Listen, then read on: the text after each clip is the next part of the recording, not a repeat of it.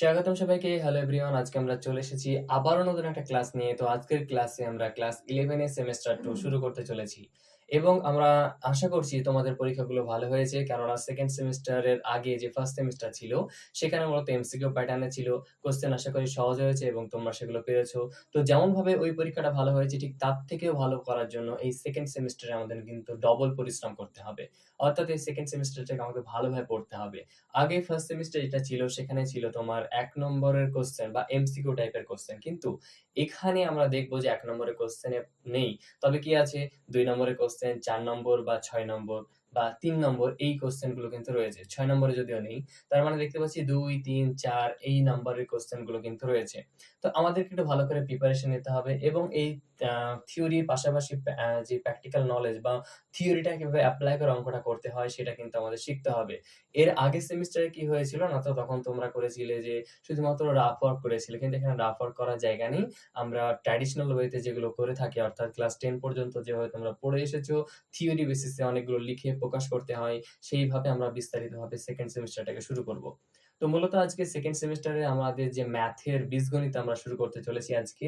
এখানে তোমরা দেখতে পাচ্ছ আমরা শুরু করব আজকে গাণিতিক আরোহণ তত্ত্ব। অর্থাৎ ম্যাথমেটিক্যাল ইন্ডাকশন বা প্রিন্সিপাল অফ ম্যাথমেটিক্যাল ইন্ডাকশন।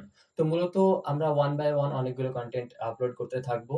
তো তোমরা আমাদের সাথে জুড়ে থাকো যাতে করে তোমরা সমস্ত ক্লাসগুলো থেকে উপকৃত হতে পারো এবং খুবই সহজে বাংলা ভাষায় তোমরা এগুলোকে শিখতে পারো। তো মূলত আমি কোনো বই ফলো করব না, যদিও এখানে ছায়া সাতটা প্রকাশনী বইটা রয়েছে। তোমরা ছায়া সাতটা যেকোনো একটা প্রকাশনী বই কিন্তু তোমরা কাছে রাখতে পারো। আর পাশাপাশি তোমরা দেখতে পাচ্ছ এখানে আমরা শুধুমাত্র যে থিওরি পড়িয়ে শেষ হবে এরকম না। এখানে থিওরির পাশাপাশি কি আছে? তো অনুশীলনী সমস্ত কিছু কিন্তু থিওরি অনুশীলনী সমস্ত কিছুই আমাদের পড়ানো হবে। আর এগুলো এমন সুন্দরভাবে পড়ানো হবে যাতে তোমাদের কোনো প্রকার সমস্যা যেন না থাকে। আর দ্বিতীয়ত বলে রাখা ভালো, এটা কিন্তু হচ্ছে পার্ট 1 ভিডিও। তুমি দেখতে পাচ্ছ এটা হচ্ছে পার্ট 1। তাহলে পার্ট 1 যদি হয় তাহলে আমাদের কি হবে? পরপর পার্ট 2, পার্ট 3 করে অনেকগুলো আসতে চলেছে। সুতরাং আমাদের সাথে থাকো। আর যেহেতু আমরা শুরু করতে চলেছি, আমাদের একটা দীর্ঘ জার্নি রয়েছে। তো এই জার্নিতে চলাকালীন আমার সাথে তোমার আমার সাথে তোমাকে থাকতে হবে। তো দীর্ঘ একটা পথ আমরা চলবো একসাথে। তো সেইজন্য আমাদেরকে জেনে নিতে হবে যে তুমি কার সাথে থাকছো। তো দেখো আমার নাম হচ্ছে সুজন শেখ। আমি আলিয়া বিশ্ববিদ্যালয় থেকে গ্র্যাজুয়েশন কমপ্লিট করেছি এবং আমি এমএসসি তে রানিং আছি এবং বিএড আমার কমপ্লিট হয়ে গেছে এবং অনলাইন অফলাইন মিলিয়ে প্রায় আমার ৩ বছরের অধিক এক্সপেরিয়েন্স রয়েছে। আর আমাদের নিজস্ব একটা অ্যাপ্লিকেশনও রয়েছে, এটার নাম হচ্ছে ম্যাথস এন্ড এডুকেশন। তোমরা চাইলে সেই ম্যাথস এন্ড এডুকেশন অ্যাপ্লিকেশনটাকে ডাউনলোড করতে পারো। ডাউনলোড করে সেখানে বিভিন্ন ধরনের সুবিধা রয়েছে, যেমন হতে পারে মক টেস্ট থেকে শুরু করে free class, free live lecture সমস্ত কিছু কিন্তু ওখানে আপলোড করা হয়ে থাকে। তোমরা সেগুলোর সুবিধাগুলো নিতে পারো। আর যদি বিস্তারিত অনেক কিছু জানার প্রয়োজন পড়ে তাহলে এবং আমাদের যে কোর্স সম্পর্কে যদি কোনো জানার প্রয়োজন থাকে তাহলে এখানে রয়েছে একটা হোয়াটসঅ্যাপ নাম্বার। এখানে হোয়াটসঅ্যাপ করবে, যত প্রকার সমস্যা ক্লাস 10, 11, 12 সকলের জন্য কিন্তু এই নাম্বারটা খোলা রয়েছে। অর্থাৎ তোমাদের যেকোনো সমস্যায় আমার সাথে যোগাযোগ করতে পারো। তো মূলত আমরা যে চ্যাপ্টারটা শুরু করতে চলেছি সেটার নাম হচ্ছে কি দেখো, নাম হচ্ছে গাণিতিক আরোহণ তত্ত্ব, যেটাকে ইংরেজিতে বলা হয় প্রিন্সিপাল অফ ম্যাথমেটিক্যাল ইন্ডাকশন। দেখতে পাচ্ছ কি লেখা আছে? Principal of mathematical induction. তো আমরা এই গাণিতিক আরোহণ তত্ত্বটা কিভাবে করতে হয় বা এই চ্যাপ্টারের অঙ্কগুলো কিভাবে করি এবং কত সহজে করা যায় সমস্ত কিছু জানবো। তো প্রথমে বলে দিই, সাধারণত আমরা এমনভাবে শিখবো না যে সাধারণত সরাসরি ডাইরেক্ট অঙ্কতে চলে গেলাম, না, এভাবে শিখবো না। আমরা কিভাবে শিখবো না, তো আমরা শিখবো যে অঙ্ক করার আগে সেই অঙ্কটা কিভাবে এসেছে বা তার থিওরি কি আছে, ব্যাকগ্রাউন্ড কি আছে, সমস্ত কিছু জেনে ডিটেইলস এ করব। যাতে করে আনকমন কোশ্চেন যদি তোমাদের সামনে এসে পৌঁছায় তাহলেও তোমরা সেটাকে অনায়াসে করে ফেলতে পারে। তো মূলত আমরা যে আলোচনাগুলো করব সেখানে আমি লিখে আছে দেখো এখানে, হচ্ছে গাণিতিক চিন্তনের তত্ত্ব। অর্থাৎ কোনো কিছু শিখতে গেলে বা কোনো কিছু জানতে গেলে আমাদের কিন্তু গাণিতিক যে আরোহণ তত্ত্ব রয়েছে, তো এরই মতো দুটো মোটামুটি তত্ত্ব রয়েছে। বা গাণিতিকভাবে কোনো বিষয়কে চিন্তা ভাবনা করার যে প্রক্রিয়া সেটা মূলত দুটো রয়েছে। একটাকে বলা হচ্ছে কি গাণিতিক আরোহণ পদ্ধতি আর অপরটাকে বলা হচ্ছে গাণিতিক অবরোহ পদ্ধতি। একটাকে আরোহ পদ্ধতি বলে, একটাকে অবরোহ পদ্ধতি বলে। তো আমরা এগুলো আগে জেনে নিব, তাহলে জেনে নিলে পরবর্তীতে এগোতে সুবিধা হবে। তো মূলত এই আরোহণ বা অবরোহণ পদ্ধতিতে যাওয়ার আগে আমাদেরকে আসলে জানতে হবে যে আসলে বিবৃতি বা স্টেটমেন্ট বলতে কি বোঝায়। কেননা যেমন ধরো বিবৃতি বলতে আসলে কি বোঝায়? আমরা যে কথাগুলো বলি সেগুলো হচ্ছে প্রত্যেকটা বিবৃতি। যেমন আমি বলছি আমি আজকে ভাত খেয়েছিলাম বা আমি আজকে এখন তোমাদের জন্য ক্লাস রেকর্ড করছি বা এইরকম ভাবে যে যত প্রকার কথা বলি সমস্ত কথাগুলোকে আমরা বলে থাকি কি স্টেটমেন্ট বা বিবৃতি। তার মানে সমস্ত ধরনের কথাগুলোকে আমরা বলে থাকি স্টেটমেন্ট বা বিবৃতি। এখন এই বিবৃতি কি হতে পারে? ২ ধরনের হতে পারে। আমরা পরপর দেখব, এখানে সুবিধা হবে। বিবৃতি কিন্তু ২ ধরনের হতে পারে। একটা হচ্ছে বিবৃতি সত্য হতে পারে অথবা এটা হতে পারে মিথ্যা। কি হতে পারে? মিথ্যা। অর্থাৎ আমরা দেখতে পাচ্ছি যে কোনো কথা, বিবৃতি, আমি তো যেকোনো ধরনের কথা বলতে পারি। দেখো, আমি যেকোনো কথা বলতে পারি যে আমি বলতে পারি আমি চাঁদে গেছিলাম। তারপরে আমি বলতে পারি আমি রকেটে চেপে আ মহাকাশে গেছিলাম। তো এরকম অনেক ধরনের কথা হয় তো। কিন্তু সব কথা কি সত্য হয়? মানে আমি যে বললাম রকেটে চড়ে গেছিলাম, তা আমি তো যাইনি। তো কিছু জিনিস আছে যে তুমি যত প্রকার বিবৃতি তুমি চাও সমস্ত কিছু দিতে পারো। কিন্তু সেই বিবৃতিগুলোর মধ্যে একটা বৈশিষ্ট্য লক্ষ্য করা যায়। হয় সেটা সত্য হবে, আদারওয়াইজ সেটা কি হবে? মিথ্যা হবে। এখন এই সত্য মিথ্যা যাচাইয়ের পাশাপাশি আমাদেরকে কোনো বিষয়কে বোঝার জন্য বা কোনো বিষয় নিয়ে চিন্তা ভাবনা করার জন্য আমাদেরকে যে কনসেপ্টটা লাগে সেটা হচ্ছে কি, দুটো পদ্ধতি রয়েছে। গাণিতিক বিষয়গুলো যে কোনটা সত্য কোনটা মিথ্যা আসলেও আমি ঠিক বললাম কিনা, যদি গাণিতিকভাবে বিশ্লেষণ করে সেটাকে বোঝার চেষ্টা করি, তাহলে আমাদেরকে কটা পদ্ধতি লাগবে বলেছি? দুটো পদ্ধতি আছে। তো এই দুটো পদ্ধতি আমার দুই পাশে লেখা আছে। কিন্তু এই দুটো পদ্ধতির মধ্যে আমরা মূলত একটা পদ্ধতি নিয়ে এই চ্যাপ্টারটা রয়েছে যেটার নাম হচ্ছে গাণিতিক আরোহ তত্ত্ব। তো আসলে দেখি আমাদের চ্যাপ্টারটা কি রয়েছে বা এই তত্ত্ব বলতে কি বোঝায়? প্রথমত এখানে দেখতে পাচ্ছ যে কি রয়েছে? না, তো এখানে রয়েছে গাণিতিক আরোহণ পদ্ধতি। কি রয়েছে? গাণিতিক আরোহণ পদ্ধতি। অর্থাৎ এই গাণিতিক আরোহণ পদ্ধতি বলতে কি বুঝি সেটাকে বুঝি। এটা বেসিক্যালি হচ্ছে স্পেসিফিক টু জেনারেল। কি? এটা হচ্ছে স্পেসিফিক টু জেনারেল। স্পেসিফিক বলতে আমরা যদি ভালো করে বোঝার চেষ্টা করি, স্পেসিফিক বলতে বোঝাই বিশেষ। কি বুঝবো আমরা? বিশেষ। আর জেনারেল কথার অর্থ হচ্ছে সাধারণ। সাধারণ। মানে বিশেষ, বিশেষ কিছু ঘটনা লক্ষ্য করব। ব্যাপারটা বোঝো। আমরা বিশেষ, বিশেষ কিছু ঘটনা লক্ষ্য করব। আর সেই ঘটনা লক্ষ্য করার পাশাপাশি সেগুলোকে সাধারণভাবে কিভাবে ভাবা যায় সেটা আমরা দেখব। তো মূলত কয়েকটা বিশেষ, বিশেষ ঘটনা যেমন হতে পারে, কেমন হতে পারে? ১ নম্বর হচ্ছে যদু মারা গেল। কে মারা গিয়েছে? যদু মারা গিয়েছে। আচ্ছা। ২ নম্বর হচ্ছে জোসেফ মারা গিয়েছে। তাহলে যদু মারা যাওয়ার পাশাপাশি কে মারা গেল? জোসেফ মারা গেল। ৩ নম্বর বলা হচ্ছে করিম মারা গেল। তাহলে এখানে প্রত্যেকটাই কিন্তু বিশেষ। কেননা যদু একজন ব্যক্তি, তার মানে যদু হচ্ছে বিশেষ। জোসেফ একজন ব্যক্তি, তার মানে জোসেফও হচ্ছে একজন বিশেষ। বিশেষ মানে ইন্ডিভিজুয়াল যাকে বলা হয়। করিম মারা গেল, তার মানে করিমও কি একজন বিশেষ। মানে বিশেষ, বিশেষ ব্যক্তিগুলোর নাম আমি নিচ্ছি। নেওয়ার পরে এবং শেষে বলছি কি এরা সকলেই মানুষ।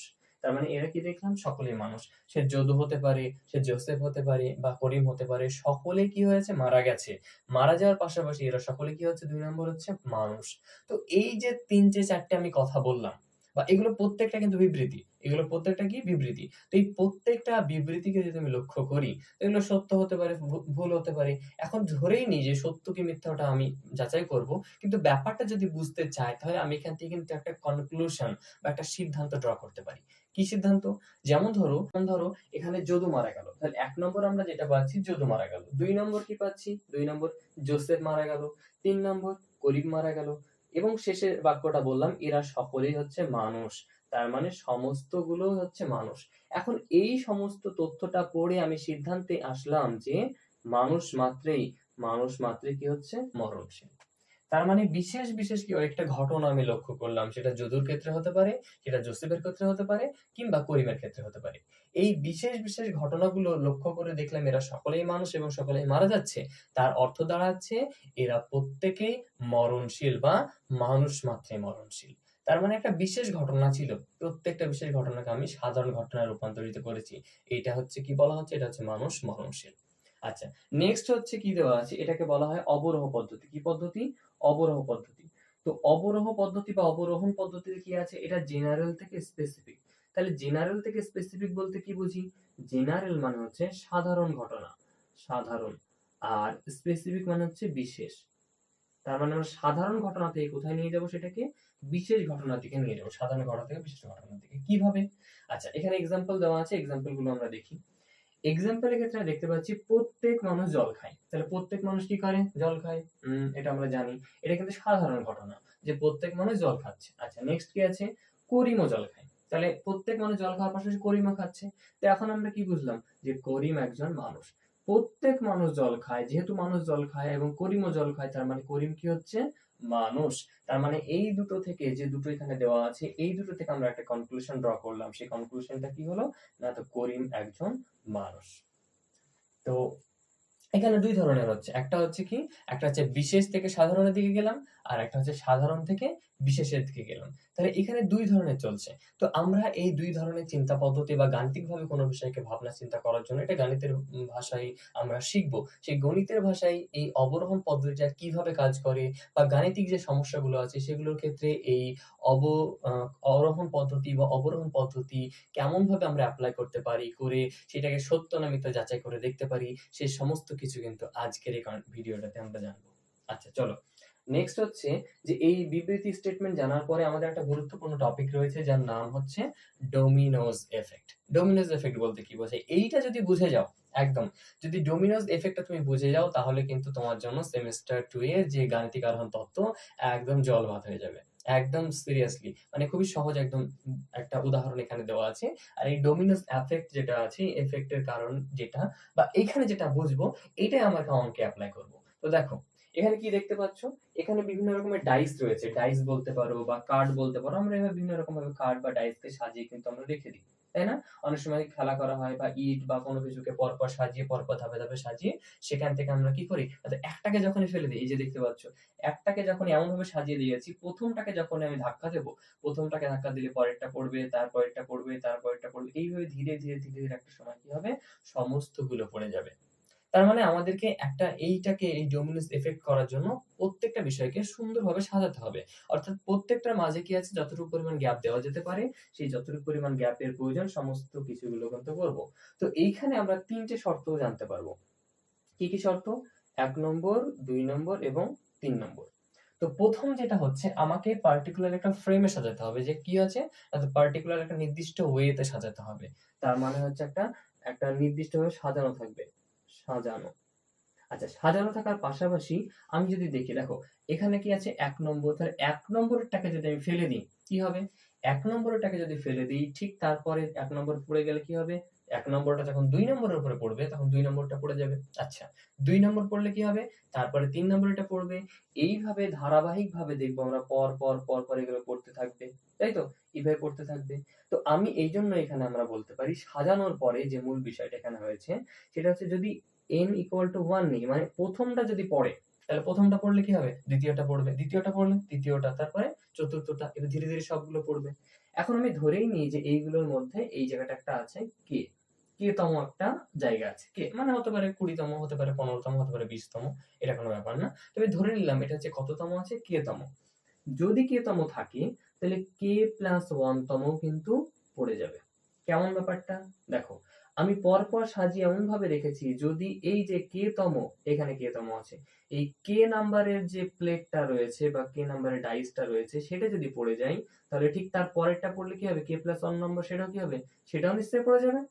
তার মানে দেখছি আমরা যদি সুন্দর করে সাজিয়ে থাকতে পারি বা সাজাতে পারি তাহলে ১ নম্বর এটা যদি পড়ে, ১ নম্বর এটা যদি পড়ে তাহলে কি হবে? ১ নম্বর পড়লে ২ নম্বর, ৩ নম্বর এভাবে পরপর ধারাবাহিকভাবে পড়তে, পড়তে একটা সময় দেখব কে নম্বরেরটা পড়েছে। আর কে নম্বর পড়লে k+1 নম্বরেরটাও পড়বে। এইভাবে এবং সমস্ত কিছু একটা সময় কিন্তু সবগুলোই পড়ে যাবে। এটা কিন্তু আমরা বুঝে যাচ্ছি। আচ্ছা, তাহলে এখানে কি পেলাম? n equal to আমরা যদি দেখি তার মানে n equal to যদি k নিই তাহলে n equal to k+1 তম পড়ে যাবে।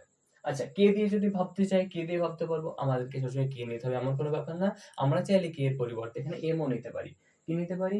যে n equal to m নিতে পারি আর n equal to m+1 নিতে পারি। আমরা যেকোনো একটা কিন্তু নিতে পারি, কোনো সমস্যা নেই। ঠিক আছে? আচ্ছা, তাহলে ডোমিনোজ ইফেক্টে কি হলো না? তো ১ম এ একটাকে যদি ফেলে দিই তাহলে ২ নম্বরটা পড়বে, ২ নম্বরটা পড়লে ৩ নম্বরেরটা পড়বে। এইভাবে ধীরে, ধীরে কে নম্বরেরটা যদি ফেলে দেই, দেখতে পাচ্ছ এখানে কে নম্বর বা এম নম্বরের জন্য ফেলে দিই তাহলে ঠিক তার পরেরটা পড়ে যাবে। তাহলে একটা পড়লে ঠিক তার পরেরটা পড়ছে। এই যে ইফেক্ট এটাকে আমরা অঙ্কে কাজে লাগাবো। আচ্ছা চলো এই পর্যন্ত আমরা থিওরি মোটামুটি বুঝে ফেলেছি। আচ্ছা, এবার আমরা গাণিতিক আরোহণ তত্ত্ব সম্পর্কে জানবো যে গাণিতিক আরোহণ তত্ত্বটা আসলে কি? যে জিনিসটা আমি যে ডোমিনোজ ইফেক্ট এ পড়লাম বা তার আগে যে থিওরি গুলো ছিল সেগুলো তো দেখলাম। তো এখন এই জিনিসটাকে গণিতে কিভাবে লেখা যায়? আমরা কিন্তু ইতিমধ্যে গণিতের অনেক কিছু শিখে ফেলেছি। যেমন ধরো, গাণিতিক আরোহণ তত্ত্ব বলা হচ্ছে যে এখানে বলা হচ্ছে যে যদি কোনো গাণিতিক উক্তি বা বিবৃতি কিংবা প্রতিজ্ঞা ১ম ধনাত্মক অখণ্ড সংখ্যার জন্য সত্য হয়। কি জন্য সত্য হয়? ১ম টার জন্য। যেমন ডোমিনোজ ইফেক্ট এ আমরা দেখেছিলাম ১ নম্বরের জন্য সত্য মানে ১ নম্বরেরটা পড়ে গেলে ২ নম্বরেরটা পড়বে। তারপর 2 নম্বরটা পড়লে 3 নম্বরটা পড়বে। তার মানে এই যে 1 নম্বরের জন্য সত্য ধরে নিয়েছি। তার মানে প্রথম যে ধনাত্মক বিবৃতি অখণ্ড সংখ্যা তার জন্য যদি সত্য হয়, এটাকে যদি আমি একটু সুন্দর করে লেখার চেষ্টা করি তাহলে আমরা দেখব যে n = 1 এর জন্য সত্য। এর জন্য সত্য। তার মানে n = 1 এর জন্য যদি সত্য হয়। 2 নম্বর কি বলা হচ্ছে? 2 নম্বর বলা হচ্ছে এখানে যে তাহলে উক্ত বিবৃতি বিশেষ একটি ধনাত্মক অখণ্ড সংখ্যার জন্য সত্য হবে। যদি 1 এর জন্য হয় তাহলে আমি ধরে নিব যে ঠিক তার একটা নির্দিষ্ট সংখ্যা থাকবে, অখণ্ড সংখ্যা থাকতে পারে ধনাত্মক, ওর জন্য হবে। তো সেই অখণ্ড ধনাত্মক সংখ্যাটা কি হতে পারে? আচ্ছা আমরা দেখি। অখণ্ড ধনাত্মক সংখ্যাটাকে আমি ধরে নিলাম মনে করো যে n = m। তাহলে m এর জন্য সত্য হবে। এটা কি করলাম আমি? এটাকে আমরা ধরে নিলাম। যেহেতু একটার জন্য সত্য হয়েছে তাই আরেকটার জন্য সত্য হবে। এটা আমাদের একটা আইডিয়া। নেক্সট, যখনই আমি দেখেছিলাম যে m বা k এর জন্য যখন হয়েছে ঠিক তার পরেরটার জন্য হয়ে গেছে। মানে একটা k এর জন্য পড়ে গেলে k+1 এর জন্য পড়বে, বা m এর জন্য পড়লে m+1 এর জন্য পড়বে। এই যদি হয় তাহলে আমরা দেখতে পাচ্ছি কি, তাহলে n = m+1 এর জন্য যদি সত্য আমরা প্রমাণ করতে পারি, যদি এটা প্রমাণ করে দিতে পারি, তাহলেই কিন্তু আমরা বলতে পারবো এইটা কিন্তু আমাদের গাণিতিক আরোহণ তত্ত্বটা কমপ্লিট হয়ে গেছে। এটাই লেখা আছে। বলছে ওই বিবৃতিটি পরবর্তী ধনাত্মক অখণ্ড সংখ্যার জন্য সত্য হয়, তাহলে সেই অখণ্ড সংখ্যাটা সত্য বলে আমাদেরকে মেনে নিতে হবে। তার মানে আমার হচ্ছে বিশেষ 1 নম্বরের জন্য যদি হয় তাহলে n = 1 এর জন্য তুমি দেখতে পাচ্ছ n = 1 এর জন্য কি হচ্ছে? 1 এর জন্য যদি সত্য হয় তাহলে আমরা ধরবো কি n = m এর জন্য সত্য আমি ধরে নিব। আর m এর জন্য সত্য ধরে নেওয়ার পর n = m+1 এর জন্য সত্য হবে। এটা কিন্তু আমাদেরকে প্রমাণ করে দেখাতে হবে। আর এই প্রমাণটা করতে পারলে আমাদের কিন্তু চ্যাপ্টারটা কমপ্লিট হয়ে যাবে। তো আশা করি তোমরা এটাকে বুঝতে পেরেছো। যদি কোনো অসুবিধা হয় আমাকে বলবে। এটাকে বিস্তারিতভাবে আবার লেখা আছে n = 1। পরবর্তীতে যদি k নিই তাহলে k যদি নেওয়া হয় n = k, পরবর্তীতে দেখব k+1 এর জন্য সত্য হচ্ছে। আর এগুলো যদি প্রমাণ করতে পারি তাহলে হয়ে যাবে। আর যদি আমরা ম্যাথমেটিক্যাল এগুলোকে লেখার চেষ্টা করি তাহলে ম্যাথমেটিক্যাল লিখতে গেলে এখানে দেখতে পাচ্ছ 3 টা স্তরের কথা বলা আছে। তো প্রথম যে স্তরটা রয়েছে সেই প্রথম স্তরটাকে আমরা কি বলবো? ভিত্তি স্তর। আর ভিত্তি স্তরে কি হবে?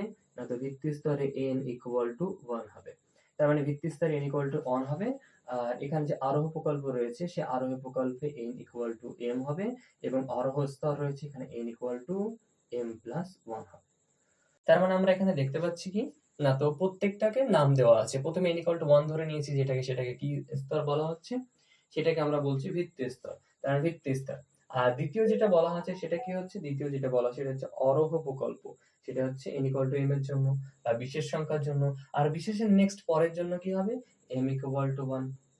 তার মানে এই যে সহজ পদ্ধতিগুলো আমরা যদি শিখে নিই তাহলে কিন্তু অঙ্কগুলো করা যাবে। এখানে সামারি আছে, তোমাদের প্রয়োজন হলে স্ক্রিনশট নিয়ে নিতে পারো। এখানে একটা সামারি গুলো দেওয়া আছে যাতে তোমাদের বুঝতে সুবিধা হয়। আচ্ছা, পরবর্তীতে যদি আমরা দেখি যে এখানে কি রয়েছে, আমরা এবার গাণিতিক অঙ্কগুলো করব। 1 নম্বর অঙ্ক যেটা হয় সেটা আমরা একবার দেখি যে তোমাদের প্রশ্ন কেমন আছে। প্রশ্ন আসবে গাণিতিক আরোহণ পদ্ধতির সাহায্যে ব্যাখ্যা করো। প্রশ্ন আসবে গাণিতিক আরোহণ বা আরোহ পদ্ধতি যেকোনো একটা হতে পারে, পদ্ধতির সাহায্যে প্রমাণ করো। কি প্রমাণ করো? বলবে 1 + 2 + 3 + ... n। যদি n সংখ্যক পদ আমরা যোগ করি তাহলে পাবো n × n+1/2। এই হচ্ছে তোমার জন্য প্রশ্ন। একটা উদাহরণ আমরা নিয়ে নিলাম। প্রশ্নটা কি রয়েছে ভালো করে পড়বে। বলছে গাণিতিক আরোহণ পদ্ধতির সাহায্যে কিন্তু প্রমাণ করে দেখাতে হবে। কি প্রমাণ করব? প্রমাণ করো। কি প্রমাণ করব? বলছে 1 + 2 + 3 এভাবে ডট ডট করে n পর্যন্ত যদি যাই তাহলে সেটার যোগফল হবে n × n+1। এইটাকে আমাকে প্রমাণ করে দেখাতে হবে। আর এই প্রমাণটা করতে পারলে কিন্তু আমাদেরকে এই চ্যাপ্টার অন্তত বেসিক আইডিয়াটা চলে আসবে যে কিভাবে প্রমাণটা করে। দেখো, আমরা মূলত এই অঙ্কটা একবার করেই দেখি যে কি বলা হয়েছে। এখন লক্ষ্য করো, দাগ দিয়ে দিলাম। তাহলে এখানে আমাদের ভিত্তি স্তর হিসেবে ধরে নিব যেটা দেওয়া আছে এটাকে p(n) ধরে নিব। কেন? n এর ফাংশন দেওয়া আছে, এখানে p(n) দেওয়া আছে ওই জন্য, মানে n এই পদগুলোতে n রয়েছে তাই আমি p(n) লিখে নেব। তাহলে p(n) = কি হবে? 1 + 2 + 3 + ... n = n × n+1/2। এখন n এর মান আমাকে কত ধরতে হবে? প্রথমে বলেছিলাম n এর মান কত ধরবো? n এর মান 1 ধরবো।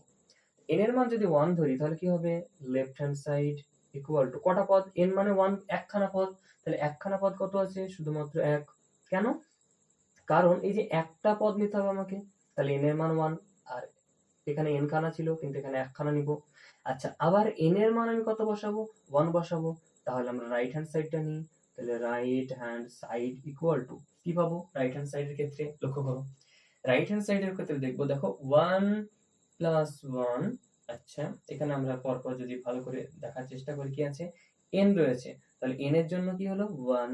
আচ্ছা, পরবর্তীতে n এর জন্য 1 প্লাস 1 বাই 2, তাহলে দেখো 1 ইন্টু 2 বাই 2, তাহলে 2 আর 2 কেটে গেল, 2 আর 2 কেটে গেল, কত করে থাকলো 1। তার মানে এখান থেকে আমরা যেটা পেলাম সেটা কি পেলাম, এখান থেকে যেটা পাচ্ছি সেটা হচ্ছে left hand side equal to right hand side, left hand side equal to কি পাচ্ছি, রাইট হ্যান্ড সাইড। এখন এবার n ইকুয়াল টু 1 নেওয়ার পর, n ইকুয়াল টু 1 নেওয়ার পর আমাদের কি করতে হবে, n ইকুয়াল টু m নিতে হবে। তাহলে নেক্সট হচ্ছে n ইকুয়াল টু m নিয়ে নাও, তাহলে n ইকুয়াল টু m এর জন্য সত্য, সত্য ধরে নিতে হবে, ধরে নিতে হবে। আর যদি আমি ধরে নিই তাহলে এখানে কি হয়ে যাবে, এখানে লক্ষ্য করো, এখানে হবে p of m equal to, p of m equal to কি হচ্ছে 1 প্লাস, যেখানে n ছিল, যেখানে যেখানে n ছিল সব জায়গায় m হয়ে যাবে, তাহলে 1 plus 2 plus 3 plus dot dot dot plus m equal to, দেখো যেখানে n ছিল সেখানে হয়ে যাবে m, তাহলে m into m plus 1 by 2। তাহলে এই যে লাস্ট আমরা পেলাম সেটাই কিন্তু আমাদেরকে জানার বিষয়, অর্থাৎ এইটা আমরা সত্য বলে ধরে নিয়েছি, যেহেতু আমরা একটা দুটো প্রমাণ করে দেখলাম যেগুলো সত্য হচ্ছে, তার মানে পরবর্তীতে m পদের জন্য আমি এটাকে সত্য বলে ভেবে নিলাম। এখন আমাকে m প্লাস 1 এর জন্য সত্য কিনা সেটা আমাকে যাচাই করতে হবে, তো সেটাই হচ্ছে আমাদের কাজ। তাহলে n equal to m plus 1 আমরা নিই, m প্লাস 1 এর জন্য সত্য কিনা এটা কি করতে হবে, আমাকে প্রুভ করতে হবে, এটা লেখা আছে এখানে। এখন যদি এটাকে প্রুভ করার চেষ্টা করি তাহলে কি দেখতে পাবো, লক্ষ্য করো, তাহলে এই প্রুভ করার জন্য আমি কি হবে, তাহলে লেফট হ্যান্ড সাইড নিয়ে নিলাম, লেফট হ্যান্ড সাইডে কি আছে ভালো করে দেখো, লেফট হ্যান্ড সাইডে আছে 1 plus 2 plus 3 plus dot dot dot dot, এখানে m ছিল, এখানে লক্ষ্য করো m, কিন্তু n তো নিব না, কেন, n এর বদলে এখন লিখতে হবে আমাকে m প্লাস 1। এখন এইটা যদি হয় m প্লাস 1 পর্যন্ত যদি পদ থাকে, এখানে তোমরা লক্ষ্য করো m প্লাস 1 পর্যন্ত, কোথায় কি করেছি আমি আরেকবার বলে দিই বুঝতে সুবিধা হবে। এইখানে দেখো p অফ n দেওয়া আছে, তো ওই p অফ n এর জায়গায় এইখানে যে n রয়েছে সেই n এর জায়গায় আমার বসাতে হবে কত, n equal to m plus 1। কেন, n equal to m plus 1 আমরা বসিয়েছি। এখন আমাদেরকে মাথায় রাখতে হবে এই n equal to m plus 1 টা কিভাবে কাজ করে। দেখো আমরা যদি একবার দেখি কি আছে, 1 plus 2 plus 3 plus dot dot dot dot dot plus, প্রথমে m আছে নিশ্চয়, তারপরেই তো এক ঘর বেশি হবে m প্লাস 1। হ্যাঁ, এটা তো স্বাভাবিক ব্যাপার, যে এক লাফে তো আর m প্লাস 1 এ যাবে না, এক লাফে m প্লাস 1 এ যাবে কি না, তাহলে কি আছে, তার সাথে আগে m রয়েছে, তো এই m টা যদি থাকে, আবার দেখো 1 প্লাস 2 প্লাস 3, এই m পর্যন্ত আমরা একটা ফর্মুলা জানি যেটা এখানে লিখে নিয়েছি, কি জানি, m into m plus 1 by 2, m into m plus 1 by 2, তাহলে আমরা সেটাই করব। দেখো তাহলে এখানে হচ্ছে এই টোটালটার জন্য, এখান থেকে আমি দাগ দিয়ে দিলাম, এই টোটালটার জন্য আমাদের যেটা হচ্ছে এটা হচ্ছে m into m plus 1 by 2, আর ওই পাশে কত পড়ে আছে m প্লাস 1, আমি আচ্ছা কালিটা চেঞ্জ করে নিই তাহলে কিন্তু বুঝতে সুবিধা হবে, এখানে পড়ে আছে m প্লাস 1। আচ্ছা, নেক্সট বাকিটুকু আমি এখানে করব যাতে তোমাদের বুঝতে সুবিধা হয়। দেখো, তো এখানে লসাগু আমি m প্লাস 1 টাকে আমি কমন নিয়ে নিলাম, তাহলে কি হবে, যদি m প্লাস 1 কমন নিই তাহলে কমন নিলে কি হবে, এখান থেকে m প্লাস 1 চলে গেল, এখান থেকে m প্লাস 1, তাহলে এখানে কি পড়ে থাকলো, নিশ্চয়ই m, আর দেখি বাই 2, আর এদিকে কত পড়ে আছে 1 পড়ে আছে। এখন দেখো m প্লাস 1 লসাগু করলে কি হবে, লসাগু হচ্ছে 2, তাহলে m প্লাস 2। আচ্ছা, এবার লাস্ট একটা লাইন লিখলে কিন্তু আমাদের অঙ্কটা অনায়াসে কমপ্লিট হয়ে যাবে। কি আছে এখানে দেখো, এখানে হচ্ছে আমি আবার একটা কালি চেঞ্জ করে নিই যাতে তোমাদের বুঝতে সুবিধা হয়, যে m প্লাস 1, ভেরি গুড, এখানে 2 লেখা আছে, এখানে কত আছে 2, তো এই 2 এর পরিবর্তে আমি কি লিখতে পারি, m প্লাস 1 প্লাস 1 বাই 2, এই যে সিম্পলি এইটুকু।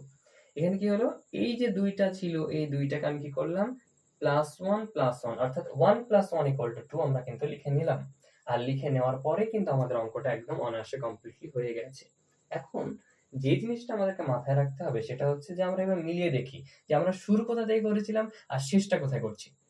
মূলত এখানে দেখো যে আমাদের এখানে ছিল যে p অফ n দেওয়া ছিল যে 1 2 3 4 5 করে যদি n সংখ্যক পদ পর্যন্ত যোগ করি তাহলে এটা কত হয়েছিল n × n + 1/2। Very good.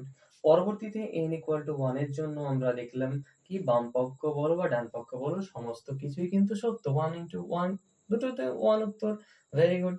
এখন দেখো n = m যদি ধরে নিই তাহলে এটা ধরে নিতে হবে কেন? আমরা দেখেছিলাম যে n = m ধরে নিলে বা k ধরে নিলে তাহলে k + 1 বা m + 1 সেটা সত্য হয়। আচ্ছা, নেক্সট হচ্ছে n = m + 1 এটাকে আমি ধরে নিলাম। কোনটা ধরে নিয়েছি? এই যে এখানে দেখতে পাচ্ছ n = m + 1। এবার এবার এই n = m + 1 ধরে নেওয়ার পর এখান থেকে ক্যালকুলেশন করে আমরা মোটামুটি একটা আনসারের দিকে এসেছি। এখন এটার সাথে আগেরটার মিল আছে কিনা আমরা কি করে জানবো? দেখো এখানে কি ছিল n * n + 1/2 আর n মানে m + 1 তার মানে এই যে m + 1 এর পরিবর্তে আমি কি নিতে পারি? n ধরতে পারি। তাহলে n * n + 1/2 দেখো মিলল কিনা? ভালো করে দেখো। এখানে n = কিন্তু m + 1 তাহলে কি হচ্ছে এটা m + 1 মানে n, m + n মানে n + 1/2 মিলল এখানকার সাথে? n * n + 1/2 তাহলে n * n + 1/2 আর এটার সাথে কি হলো? একদম মিলে গেল। তো এইভাবে সহজ সরল ভাবে কিন্তু আমাদেরকে এই অঙ্কগুলো করতে হবে। আর এই অঙ্কগুলো তোমরা যদি একটা অন্তত বুঝে যাও তাহলে পরবর্তীতে এই চ্যাপ্টারে যে অঙ্ক আসুক না কেন সেটা তোমাদের জন্য একদম সহজ হয়ে যাবে। তোমরা বেসিক্যালি এই চ্যাপ্টারে কয়েকটা অঙ্কগুলো করবে এবং পাশাপাশি অনুশীলনীর পাশাপাশি তোমরা এখানে যে উদাহরণগুলো থাকে বা প্রয়োগগুলো থাকে সেগুলো কিন্তু দেখবে। আর এটা ছিল ১ম ভিডিও। আজকের ভিডিও এ পর্যন্ত। আর পরবর্তীতে আমরা যে সেকেন্ড পার্ট গুলো রয়েছে বা বিভিন্ন ধরনের অঙ্ক রয়েছে সেটা হতে পারে অসমীকরণ থেকে হতে পারে, বিভাজ্যতার নিয়ম থেকে হতে পারে কিংবা এই যে অঙ্কটা করলাম এটা হচ্ছে সাধারণত যে সমান্তর গুণোত্তর প্রগতি সেটা আমরা সিকোয়েন্স এন্ড সিরিজ করব সেখান থেকে রয়েছে। তো মূলত আমাদের সমস্ত কিছু এগুলো ধারাবাহিকভাবে পরপর আসতে থাকবে। তো তোমরা পরবর্তী ক্লাসগুলো করার জন্য আমাদের চ্যানেলটিকে সাবস্ক্রাইব করে রেখো, পাশে থাকা বেল আইকনটা ক্লিক করে দিও। আর ভিডিওটা তোমাদের বন্ধুদের সাথে শেয়ার করে দিও যাতে করে তারা দেখতে পারে। আচ্ছা, নেক্সট হচ্ছে কি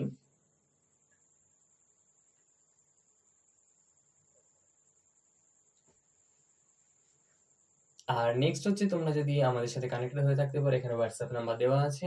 তো এই WhatsApp নাম্বারে তোমরা কি করতে পারো? কনট্যাক্ট করতে পারো। আর এর পাশাপাশি আমাদের যে অ্যাপ্লিকেশন রয়েছে দেখতেই পাচ্ছ Play Store থেকে তোমরা অ্যাপ্লিকেশনটি ডাউনলোড করতে পারো এবং সেখান থেকে অনেক সুবিধা রয়েছে সেগুলোকে বিশেষ করে ম্যাথ, ফিজিক্স, কেমিস্ট্রি, বায়োলজি এমনকি ইংলিশ পুরো সায়েন্স গ্রুপটা তার সাথে ইংলিশটাও কিন্তু রয়েছে। তো তোমাদের কোনো অসুবিধা হলে এই নাম্বারে WhatsApp করে আমাদেরকে জানাতে পারো। আর যেকোনো সমস্যায় তোমরা কমেন্ট করতে পারো। তোমরা ভালো করে পড়াশোনা করো। আজকে থেকে শুরু হলো আমাদের এই নতুন পথ চলা এবং সেকেন্ড সেমিস্টারের থেকে পরবর্তীতে ধাপে, ধাপে আমরা পরবর্তীতে বাকি চ্যাপ্টার গুলোকে ধীরে, ধীরে কমপ্লিট করব এবং আমাদেরকে ভালো করে বুঝতে হবে। এবং একটা কথা মাথায় রাখতে হবে তোমাদেরকে যে অঙ্কগুলো করবে একবার এমনভাবে সুন্দরভাবে প্র্যাকটিস করে নাও বা বুঝে নাও যাতে করে পরবর্তীতে এইগুলো পরীক্ষার আগে পর্যন্ত আর দেখতে না হয়। কেননা তোমাদের বুঝতেই পারছো হিউজ সিলেবাস রয়েছে সেটা ম্যাথমেটিক্স বলো, ফিজিক্স বলো, কেমিস্ট্রি বলো বা বায়োলজি বলো সমস্ত কিছুতে হিউজ সিলেবাস রয়েছে। আর সমস্ত সিলেবাস গুলো কমপ্লিট করতে গেলে তোমার রিভিশনটা খুব কম হয়ে যায়। সুতরাং যে ১ম থেকে করছো, ১ম থেকে ভালোভাবে আইডিয়াটা নিয়ে ভালোভাবে সুন্দরভাবে উপস্থাপন করো, ভালোভাবে বোঝার চেষ্টা করো। কোনো অসুবিধা হলে স্যারদের সঙ্গে লোকাল যারা আছে অফলাইনে তোমরা পড়ো, তাদের সাথে ডিসকাস করো, গ্রুপ ডিসকাশন করো ফ্রেন্ডদের সাথে এবং সমস্ত কিছুগুলো কিন্তু পড়ার মধ্যে দিয়ে ভালো করে পড়ো এবং ভালো করে যখনই পড়বে তখন এই চ্যাপ্টার গুলো তুমি বুঝতে পারবে কি পড়ছো এবং ভবিষ্যতে তোমাদেরকে JEE বলো বা আদার্স কম্পিটিটিভ এক্সাম গুলোতে তোমাদেরকে হেল্প করবে বোর্ডের এক্সামের পাশাপাশি। সুতরাং আজকের ভিডিও এ পর্যন্ত। আবারও দেখা হচ্ছে পরবর্তী কোনো একটা ভিডিওতে। Thank you.